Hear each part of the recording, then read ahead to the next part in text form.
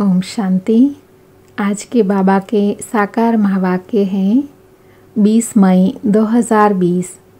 आज बाबा बोले, मीठे बच्चे, धंधा आदि करते भी सदा अपनी गॉडली स्टूडेंट लाइफ और स्टडी याद रखो। स्वयं भगवान हमको पढ़ाते हैं, इस नशे में रहो। आज बाबा प्रश्न पूछ रहे हैं, जिन बच्चों को ज्ञान अमृत हजम करना आता है उनकी निशानी क्या होगी? तो बाबा ने उत्तर दिया, उन्हें सदा रूहानी नशा रहेगा और उस नशे के आधार पर सबका कल्याण करते रहेंगे। कल्याण करने के सिवाय दूसरी कोई बात करना भी उन्हें अच्छा नहीं लगेगा। कांटों को फूल बनाने की ही सेवा में बिजी रहेंगे। ओम शांति। अब तुम बच्चे यहाँ बैठे हो और यह भी जानते हो कि अभी हम पाठधारी हैं। 84 जन्मों का पाठ पूरा किया है। यह तुम बच्चों की स्मृति में आना चाहिए। जानते हो कि बाबा आया हुआ है हमको फिर से राज्य प्राप्त कराने व तमो प्रधान से सतो प्रधान बनाने। यह बातें सिवाय बाप के और कोई नहीं समझाएंगे। तुम जब यहाँ बैठते हो तो तुम जैसे स्कूल में बैठे हो, बाहर हो तो स्कूल में नहीं हो। जानते हो यह ऊंचे ते ऊंच रूहानी स्कूल है। रूहानी बाप बैठ पढ़ाते हैं। पढ़ाई तो बच्चों को याद आनी चाहिए ना। यह भी बच्चा ठहरा। इनको अथवा सभी को सिखलाने वाला वह बाप है। सब मनुष्य मात्र की आत्माओं का बाप वह है। वह आकर शरीर का लोन लेकर तुमको समझा रहे हैं। रोज समझाते हैं। यहाँ जब बैठते हो तो बुद्धि में स्मृति रहनी चाहिए कि हमने 84 जन्म लिए। हम विश्व के मालिक थे, देवी देवता थे, फिर पुनर्जन्म लेते लेते आकर पट पर पड़े हैं। भारत कितना साल्वेंट था, सारी स्मृति आई है। भारत की ही कहानी है, साथ साथ अपनी भी। अपने को फिर भूल न जाओ। हम स्वर्ग में राज्य करते थे, फिर 84 जन्म लेने पड़े। यह सारा दिन स्मृति में लाना पड़े। धंधा आदि करते स्टडी तो याद आनी चाहिए ना। कैसे हम विश्व के मालिक थे, फिर हम नीचे उतरते आए। बहुत सहज है, परंतु यह याद भी कोई को रहती नहीं। आत्मा पवित्र न होने के कारण खिसक जाती है। हमको भगवान पढ़ाते हैं, यह याद खिसक जाती है। हम बाबा के स्टूडेंट हैं। बाबा कहते रहते हैं, याद की यात्रा पर रहो। बाप हमको पढ़ाकर यह बना रहे हैं। सारा दिन यह स्मृति आती रहे। बाप ही स्मृति दिलाते हैं। यही भारत था ना। हम सो देवी देवता थे, सो अब असुर बने हैं। पहले तुम्हारी भी बुद्धि आसुरी थी। अभी बाप ने ईश्वरीय बुद्धि दी है, परंतु फिर भी कोई कोई की बुद्धि में बैठता नहीं है, भूल जाते हैं। बाप कितना नशा चढ़ाते हैं। तुम फिर से देवता बनते हो तो वह नशा रहना चाहिए ना। हम अपना राज्य ले रहे हैं, हम अपना राज्य करेंगे। कोई को तो बिल्कुल नशा चढ़ता नहीं, ज्ञान अमृत हजम नहीं होता। जिन्हें नशा चढ़ा हुआ होगा उन्हें किसी का कल्याण करने के सिवाय दूसरी कोई बात करना भी अच्छा नहीं लगेगा। फूल बनाने की सर्विस में ही लगे रहेंगे। हम पहले फूल थे, फिर माया ने कांटा बना दिया, अब फिर फूल बन रहे हैं। ऐसी ऐसी बातें अपने से करनी चाहिए। इस नशे में रहे, तुम किसी को भी समझाएंगे तो जट कोई को तीर लगेगा। भारत गार्डन ऑफ अल्लाह था, अब पतित बन गया है। हम ही सारे विश्व के मालिक थे। कितनी बड़ी बात है। अभी फिर हम क्या बन गए हैं, कितना गिर गए हैं। हमारे गिरने और चढ़ने का यह नाटक है। यह कहानी बाप बैठ सुनाते हैं। वह है झूठी, यह है सच्ची। वह सत्यनारायण की कथा सुनाते हैं, समझते थोड़े ही हैं कि हम कैसे चढ़े फिर कैसे गिरे हैं। यह बाप ने सच्ची सत्यनारायण की कथा सुनाई है, राजाएं कैसे गवाई, यह सारी है अपने ऊपर। आत्मा को अभी मालूम पड़ा है कि हम कैसे अब बाप से राजाएं ले रहे हैं। बाप यहाँ पूछते हैं तो कहते हैं हाँ नशा है, फिर बाहर जाने से कुछ भी नशा नहीं रहता। बच्चे खुद समझते हैं, भल हाथ तो उठाते हैं, परंतु चलन ऐसी है जो नशा रह न सके। फीलिंग तो आती है ना। बाप बच्चों को स्मृति दिलाते हैं, बच्चे तुमको मैंने राजाई दी थी, फिर तुमने गवा दी। तुम नीचे उतरते आए हो, क्योंकि यह नाटक है चढ़ने और उतरने का। आज राजा हैं, कल उसको उतार देते हैं। अखबार में बहुत ऐसी बातें पढ़ती हैं, जिसका रिस्पॉन्ड दिया जाए तो कुछ समझे। यह नाटक है, यह याद रहे तो भी सदैव खुशी रहे। बुद्धि में है ना, आज से 5000 वर्ष पहले शिव बाबा आया था, आकर राजयोग सिखाया था, लड़ाई लगी थी। अभी यह सब राइट बातें बाप सुनाते हैं। यह है पुरुषोत्तम युग। कलयुग के बाद यह पुरुषोत्तम युग आता है।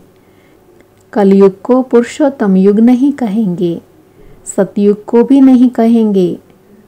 आसुरी संप्रदाय और देवी संप्रदाय कहते हैं, उनके बीच का है यह संगम युग। जबकि पुरानी दुनिया से नई दुनिया बनती है, नई से पुरानी होने में सारा चक्र लग जाता है।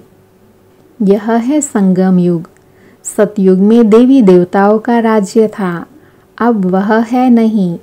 बाकी अनेक धर्म आ गए हैं। यह तुम्हारी बुद्धि में रहता है।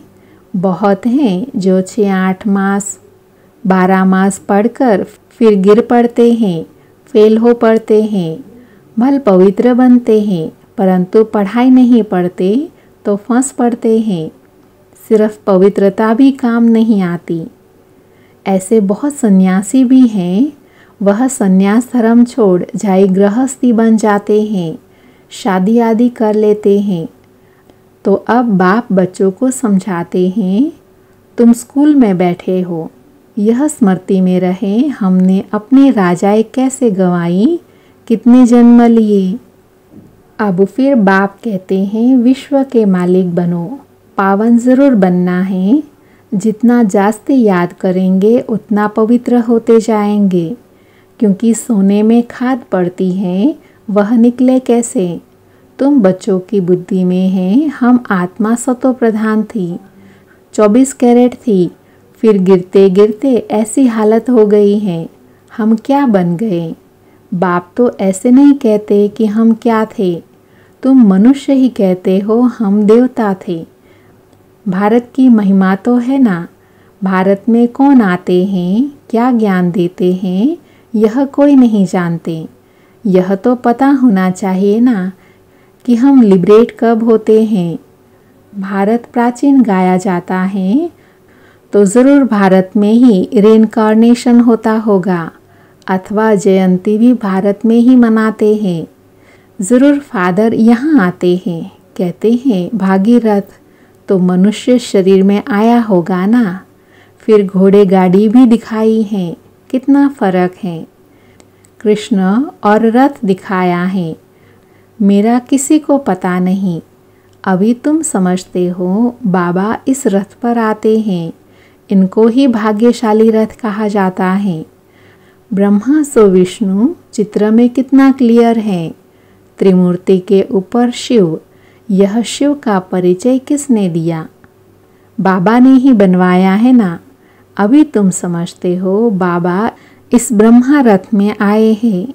ब्रह्मा सो विष्णु, विष्णु सो ब्रह्मा, यह भी बच्चों को समझाया है। कहाँ 84 जन्म के बाद विष्णु सो ब्रह्मा बनते, कहाँ ब्रह्मा सो विष्णु सेकंड में। वंडरफुल बात है ना बुद्धि में धारण करने की।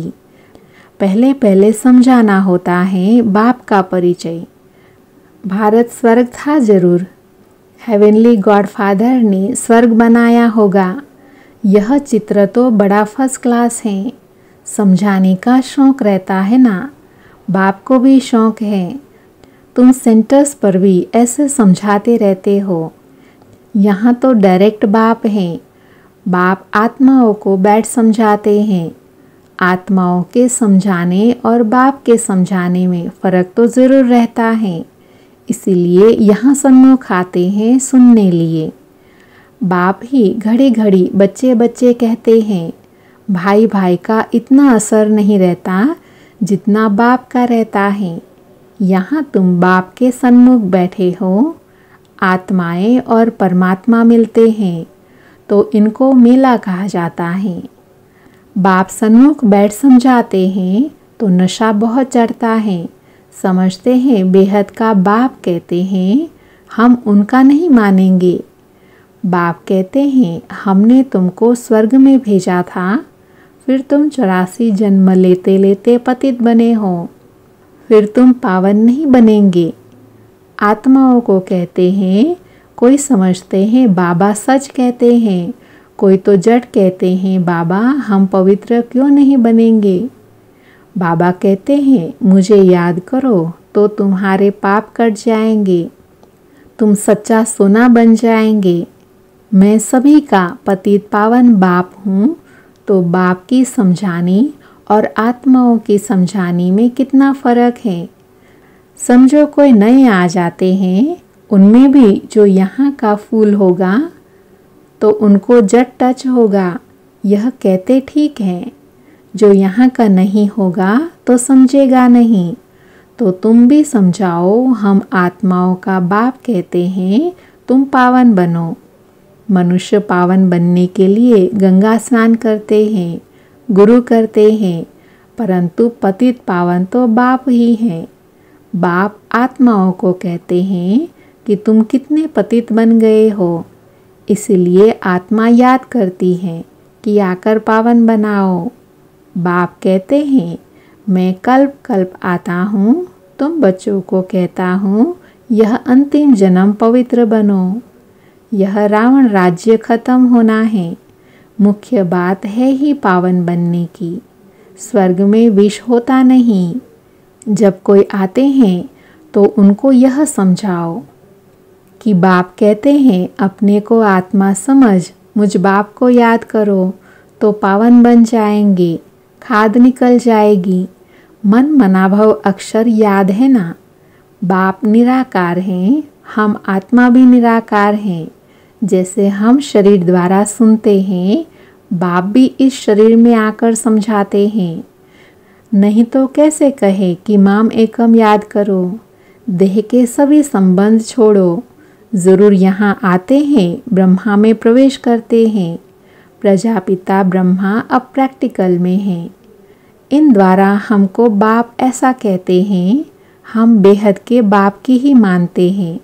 वह कहते हैं पावन बनो, पतितपना छोड़ो, पुरानी देह के अभिमान को छोड़ो, मुझे याद करो तो अंत मते सौगति हो जाएगी, तुम लक्ष्मी नारायण बन जाएंगे। बाप से बेमुख करने वाला मुख्य अवगुण है एक दूसरे का परचिंतन करना, इविल बातें सुनना और सुनाना। बाप का डायरेक्शन है तुम्हें इविल बातें सुननी नहीं है। इनकी बात उनको, उनकी बात इनको सुनाना, यह धूतीपना बच्चों में नहीं होना चाहिए। इस समय दुनिया में सभी विपरीत बुद्धि है ना। सिवाय राम के दूसरी कोई बात सुनाना, उसको धूतीपना कहा जाता है। अब बाप कहते हैं यह धूतीपना छोड़ो, तुम सभी आत्माओं को बताओ कि हे सीताएं, तुम एक राम से योग लगाओ। तुम हो मैसेंजर, यह मैसेज दो कि बाप ने कहा है मुझे याद करो बस। इस बात के सिवाय बाकी सब है धूतीपना। बाप सब बच्चों को कहते हैं धूतीपना छोड़ दो। अभी सीताओं का एक राम से योग जुड़वाओ। तुम्हारा धंधा ही यह है, बस यह पैगाम देते रहो। बाप आया हुआ है, कहते हैं तुमको गोल्डन एज में जाना है, अब इन आयरन एज को छोड़ना है, तुमको वनवास मिला हुआ है, जंगल में बैठे हो ना। वन जंगल को कहा जाता है। कन्या की जब शादी होती है तो वन में बैठती है, फिर महल में आती है। तुम भी जंगल में बैठे हो।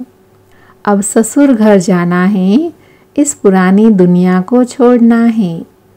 एक बाप को याद करो, जिनकी विनाश काले प्रीत बुद्धि है, वह तो महल में जाएंगे, बाकी विपरीत का है वनवास, जंगल में वास। बाप तुम बच्चों को भिन्न भिन्न रीति से समझाते हैं। जिस बाप से इतनी बेहद की बादशाही ली है, उनको भूल गए हो तो वनवास में चले गए हो। वनवास और गार्डनवास, बाप का नाम ही बागवान है, परंतु जब कोई की बुद्धि में आए, भारत में ही हमारा राज्य था, अभी नहीं है, अभी तो वनवास है, फिर गार्डन में चलते हैं। तुम यहाँ बैठे हो तो बुद्धि में है, हम बेहद के बाप से अपना राज्य ले रहे हैं। बाप कहते हैं मेरे साथ प्रीत रखो, फिर भी भूल जाते हैं। बाप उल्हाना देते हैं, तुम मुझ बाप को कहाँ तक भूलते रहेंगे, फिर गोल्डन एज में कैसे जाएंगे। अपने से पूछो, हम कितना समय बाबा को याद करते हैं। हम जैसे कि याद की अग्नि में बैठे हैं, जिससे विक्रम विनाश होते हैं। एक बाप से प्रीत बुद्धि होना है। सबसे फर्स्ट क्लास माशूक हैं, जो तुमको फर्स्ट क्लास बनाते हैं। कहाँ थर्ड क्लास में बकरियों मिसल ट्रैवल करना, कहाँ एयर कंडीशन में, कितना फ़र्क है। यह सब विचार सागर मंथन करना है तो तुमको मज़ा आएगा। यह बाबा भी कहते हैं, मैं भी बाबा को याद करने लिए बहुत माथा मारता हूँ, सारा दिन ख्यालात चलती रहती हैं। तुम बच्चों को भी यही मेहनत करनी है। अच्छा, मीठे मीठे सिके लधे बच्चों प्रति माता पिता बाप दादा का याद प्यार और गुड मॉर्निंग। रूहानी बाप की रूहानी बच्चों को नमस्ते। हम रूहानी बच्चों की रूहानी माता पिता बाप दादा को याद प्यार, गुड मॉर्निंग और नमस्ते। आज की मुरली में धारणा के लिए मुख्य सार हैं। उसमें पहला है, किसी को भी एक राम की बातों के सिवाय दूसरी कोई भी बात नहीं सुनानी है। एक की बात दूसरे को सुनाना पर चिंतन करना, यह धूतीपना है, इसे छोड़ देना है।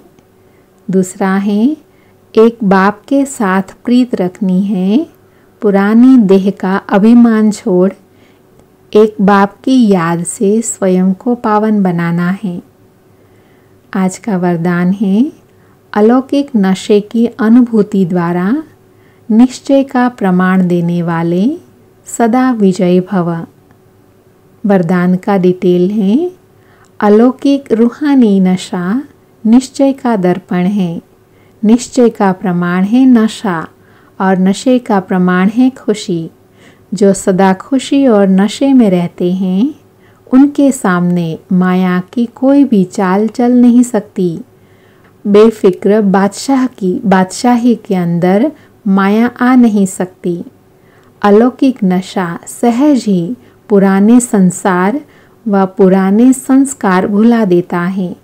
इसीलिए सदा आत्मिक स्वरूप के नशे में, अलौकिक जीवन के नशे में, फरिश्तेपन के नशे में या भविष्य के नशे में रहो तो विजय बन जाएंगे।